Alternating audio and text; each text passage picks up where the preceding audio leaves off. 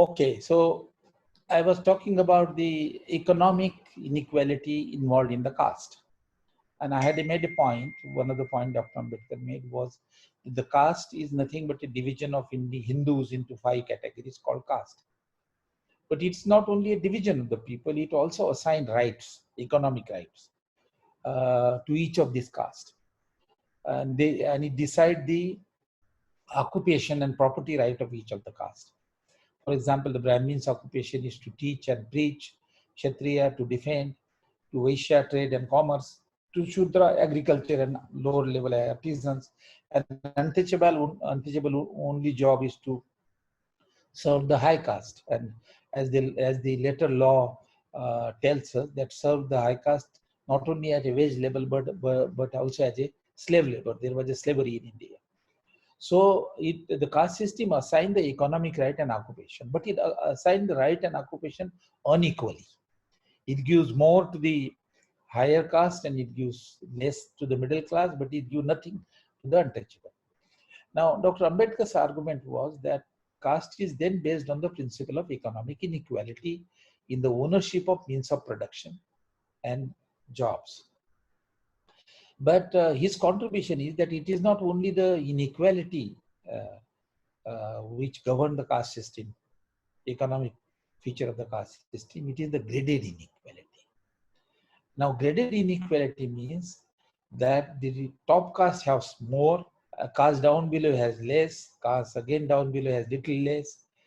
So the economic right goes down as you go down in the caste hierarchy. So it is a graded inequality. And that is why whichever indicator you take today, you take per capita income, the per capita income of higher caste is higher than that of Kshatriya, Kshatriyas is higher than that of Vaishya, Vaishyas is higher than that of Shudra, and Shudra is higher than that of untouchables. So you have a graded inequality. Now, but the key thing of that graded inequality is that the some caste have ownership of property right, that is income earning asset, agriculture enterprises. Agriculture is with the Shudra enterprises and trade is with Vaishya. But what is important to be remembered is that the Brahmin and the Kshatriya did not have restriction to be a cultivator. They could acquire the land and cultivate or even start the industries. This is, I am talking of ancient time. I am not talking of now. So while the job of the Brahmin was to teach and of the Kshatriya to defend, they were also given right to be a cultivator or agriculturist if they need. But that right was not given to the untouchable that they could become a cultivator. Their lifetime job was to serve the higher caste as a wage labor. Now, as a result, what happened is that there are caste inequality in the ownership of capital asset and human resource education, and it brings a huge economic inequality across the caste, but in a graded manner. The caste discrimination, caste involved discrimination, but everybody is not discriminated equally. Some discriminated less, some discriminate more because of the graded inequality. Now, the major point, because I don't want to go into the detail of the economics of caste system, but to link it with the growth and the poverty is the key thing. What happened is that the caste system produces an economic inequality in ownership of property and asset.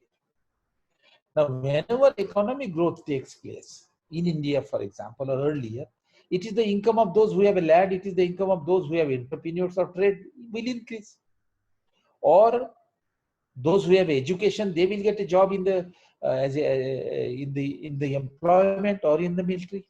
But those untouchable who do not have right to land, do not have right to business, do not have right to education, will be only wage labor. So whenever the growth takes place, it benefits those who own the means of production. It doesn't help those who do not have means of production. And that is how the caste system became less pro-poor growth. It being discriminatory growth. So with the caste system, even if there is an increase in the income, the poverty of the discriminated group will not decline at a faster rate, because they don't have resources first thing, but they will also face discrimination, economic discrimination in market and non-marketplace. Now, our private sector is very reluctant to accept that there is an economic discrimination, that is discrimination in business, employment, or trade and commerce, or in agriculture for that matter. They are reluctant to accept it. But there are now there is a good evidence from the economics that the untouchable face discrimination in employment, in wages.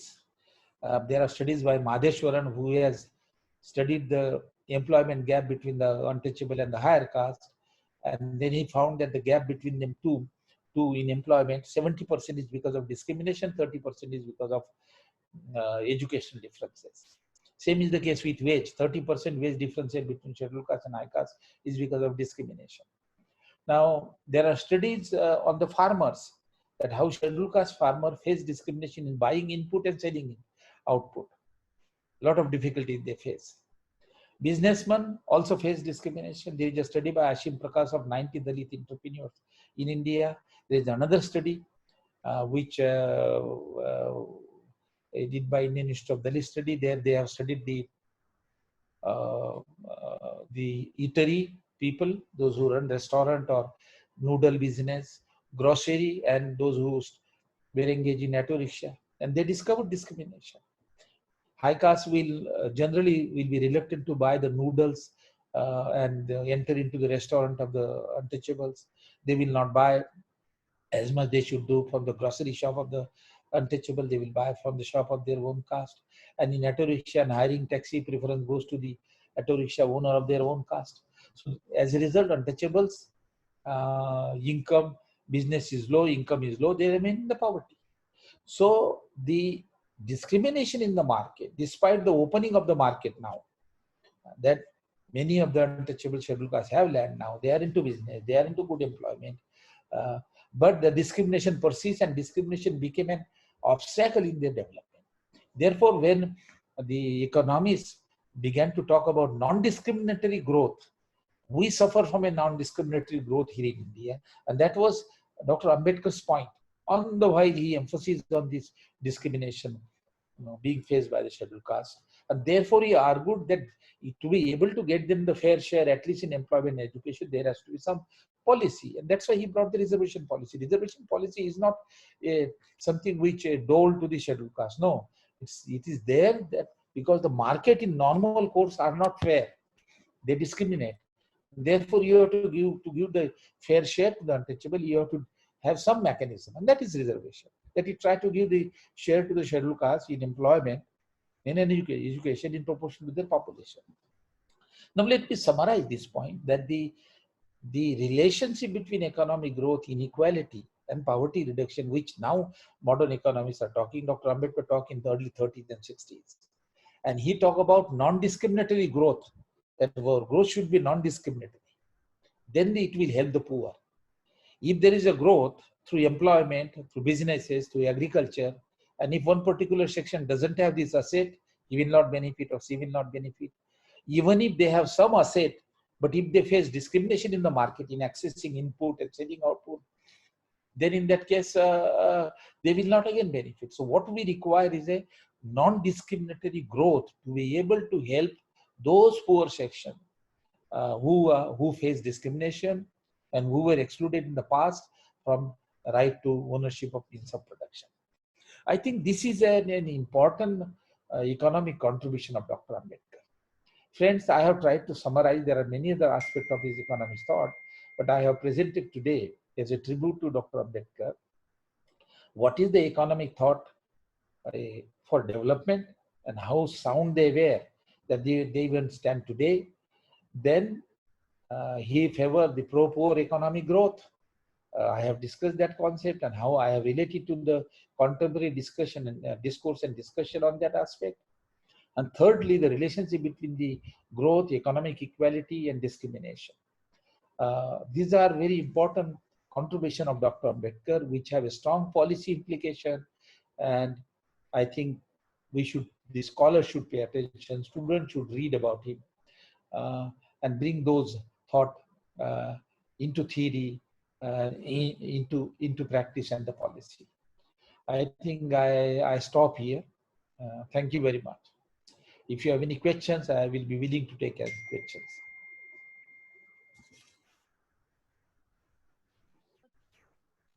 We'll stop the meeting now.